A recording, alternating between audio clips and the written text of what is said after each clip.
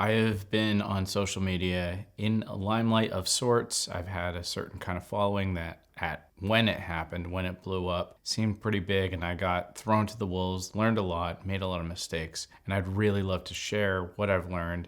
I've also done some continuing research to add into the mix so it's a little bit more valuable. Let's get into it. Content creation and sharing. So fact checking. This is something that I have done. I've talked about something, whether it's in a story or a post, and I was wrong. So it is good to double check yourself on what you're saying. It can either be the wrong movie, the wrong person, quote the wrong person, whatever it is helpful to be right the first time instead of backing up. However, I will mention when you are wrong, it does throw more people into your comments telling you how wrong you are, and Instagram might think that actually is good. So there is a downside, but we're talking about etiquette and class here, and it's much classier to be correct. In addition, Instagram has added a bunch of fact-checking stuff. There's some weird things going on there. I'm not sure I really agree with it. I don't really believe that Instagram should be going and filtering what is correct and what isn't correct.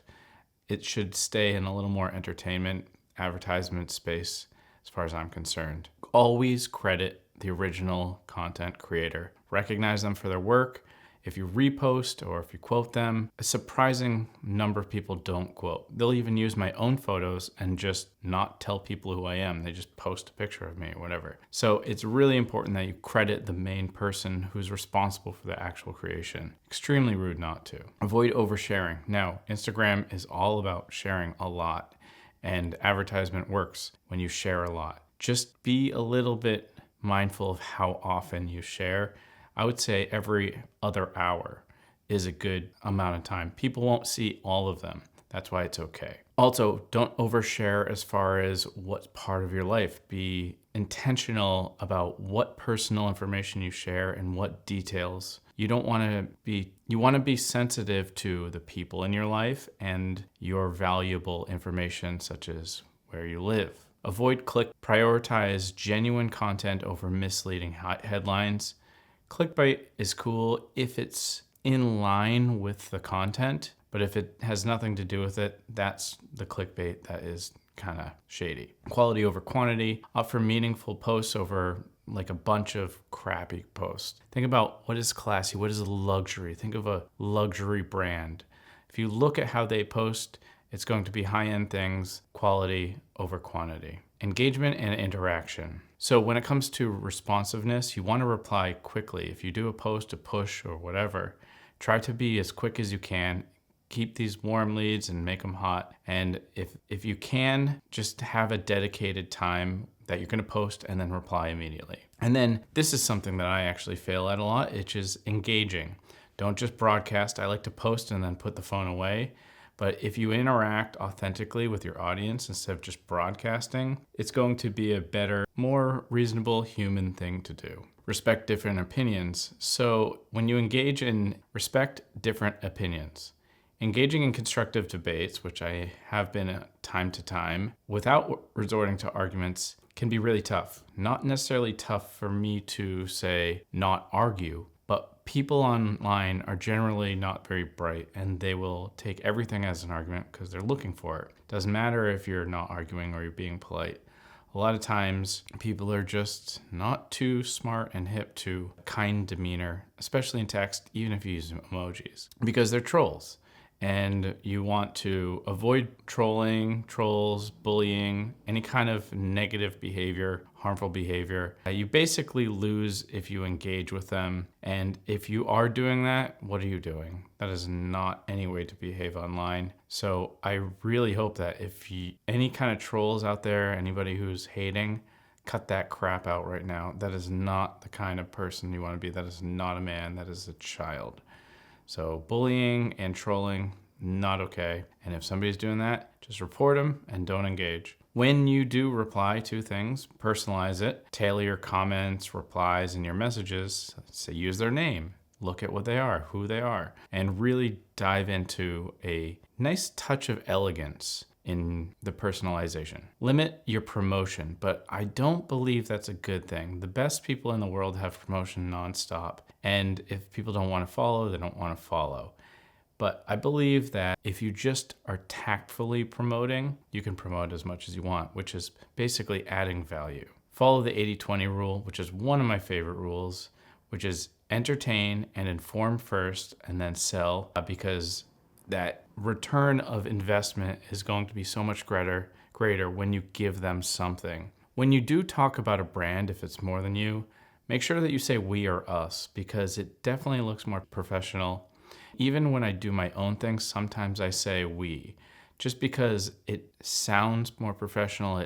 There is people I hire out. It's not always just a one-man show. So giving credit if there's more than one person in a pipeline is pretty important. When you use hashtags, use them wisely. Just kind of keep them at bay a little. Just use a few. You don't need that many. Respect and privacy. So when you do postings of others, like I mentioned, tag them. Not just give them credit, but tag them.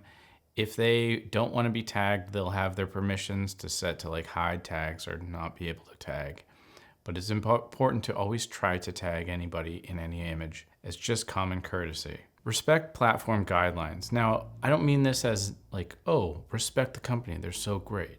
But think about it as like, these are rules that they're going to punish you for and they're going to harp down on. They have their algorithm to scour for them. So if you're swearing a lot, that's going to get red flagged. I know that for a fact, YouTube will always underperform a video that has swears in it. That's just their guidelines. So you want to consider that and use that for any kind of social media. When you are posting information, also respect other people's privacy.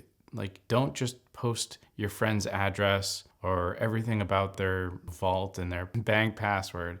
You definitely don't want to do that. You just want to consider other people and how much you actually are sharing of something that's not yours. Authenticity and representation. This is a rule that I live by in general, but especially online. Be authentic. Be true to yourself. Don't be fake. You can have a brand image. You can have a persona. You can be many things. But it's always going to rub everybody a little different if you're not true to yourself. There's a big difference between branding and being a fake person, and it's a lot more about a language of expression instead of changing who you are.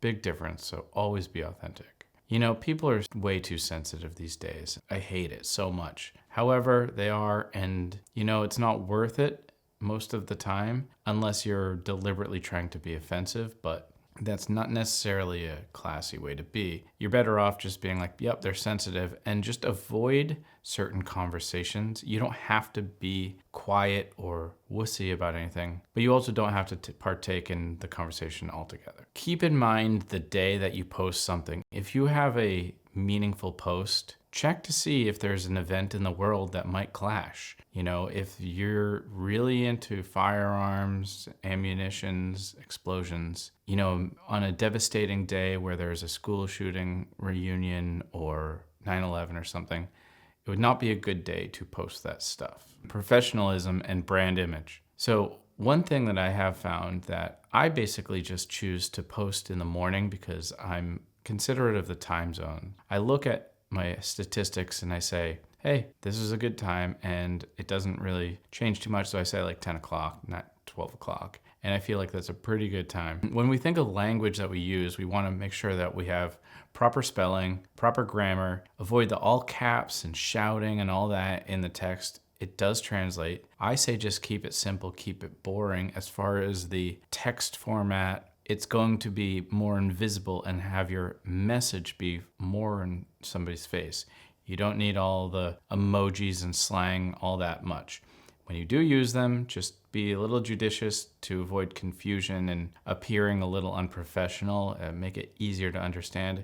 Not everybody speaks the same way. I still don't know what all the kids are saying these days. So things will go over people's heads, and they could have been a possible client or a person to actually enjoy the information or get something from it. Best practices and recommendations. Before you post, it's good to just take a step back, put the phone down, and just consider it. I don't know how many times I've posted, then deleted, and then fixed something, whether it's just an error or maybe I just didn't really want to and I delete it later on. It's important to just reflect a little bit to make sure that you don't have any regrets. Now, a very important thing that I could go on and on about, but a digital detox. So you want to periodically disconnect from social media for your mental state, your well-being. Generally speaking, social media too much can get you frazzled, can ruin your mind, and can ruin your day, basically every single day, steal time. It's not good. So you want to make sure that maybe a couple times a week, you just don't use it. I try to shut it off and sign out at least twice a week, and it just feels that much better. Collaboration. If you're being competitive with posts and people on Instagram, instead of collaborating with them, you're an idiot. Might as well use their audience, use their everything of their reach to make your reach bigger. If you're competing, you're just still nipping yourself in the butt. As they say, cut off your nose to spite your face. That would be a perfect example of being competitive. Avoid controversial topics. Stay clear unless it's relevant to your platform and your audience. I think that's pretty self-explanatory. Now, I like to archive instead of deleting my posts that I don't like. I just think it's better because I may want those, either the pictures later, or I might want to share them again. It's nice to just put them away. Yeah. If you do take a break, this is something I see people all the time, like, oh, I'm taking a break. I'm going to stay away from social media. Like, they announce it like anybody cares. You don't need to do that. It's pretty self-centered. Don't need to inform, just take the break. Followers don't mind. Common pitfalls and caution. Avoid engaging in negative things. It's kind of one of those things, you like it once and then all of a sudden it's going to show you 100 of them. I personally try to really, really be careful of what I like because I don't need negative images and dumb things feeding into my brain. I try to just keep it positive, keep it happy, keep it loving. Way better. You know, we're tempted sometimes to post while we're drunk. We're in a happy spirits. However, we're not in the smartest spirits when we are intoxicated. So one just rule is don't post when you have any kind of alcohol in you. Consume, but just don't post, and especially don't write people. That's not going to be really great for you. Usually not. Don't buy followers. This is not a classy look. They always disappear. People will see it. Go for organic and authentic growth over anything kind of fake. Don't like your own posts. I mean, you can if you really want to sometimes, but it generally seems self-centered. It's not that good. When we talk about editing our photos, if you're gonna edit them and warp your body, you better be damn good at it. But it's, you know, a lot of people will say they hate it, but I look at photo post-production as an art form. There are influencers who might edit it to say make their waist a little smaller, and that's not really cool, but I get it because the image is supposed to represent how they see what they see, and cameras aren't real life. They don't always work the same way. An angle can make somebody look thinner. They don't have to Photoshop, so little nips and tweaks are fine. I say the rule that I used to do for my photo editing professionally, which is don't ever edit anything that's permanent. So like don't change anybody's height or bone structure, but get rid of blemishes like zits or a weird like little scratch or hairs on the clothes. Do little things, and then if the angle's weird, yeah, go stretch it so it's relative, but be very careful and smart about your photo editing. Lastly, color. It's pretty out of taste now to over edit the tones. Keep it very natural, keep it film-like if you go strong.